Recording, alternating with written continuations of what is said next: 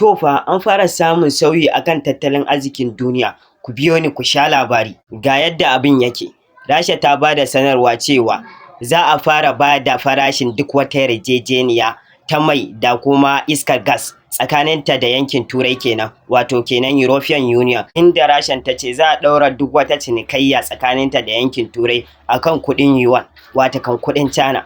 Kun san yanzu kuɗin China shi ma ya fara zama global. Saboda ƙasar Iran ita ma ta ayyana shi a harkar hada-hada kenan ta dakon mai ne ta yankin nan ta State of Hormuz. To ita ma gashi ƙasar Rasha yanzu ta ƙara bayyanarwa da cewa ita ma za ta yi amfani ne da kuɗin yuan currency. Nan gaba kaɗan fa yuan currency zai zama global. Za a fara yanzu ma da yawa fa an fara rage ta'ammali da dala. In ba ku manta ba can tun kafin a fara yakin nan, shi shugaban ƙasar dama China kenan Xi Jinping ya sanar da cewa 'yan ƙasarsa su rage ta'ammali da dala.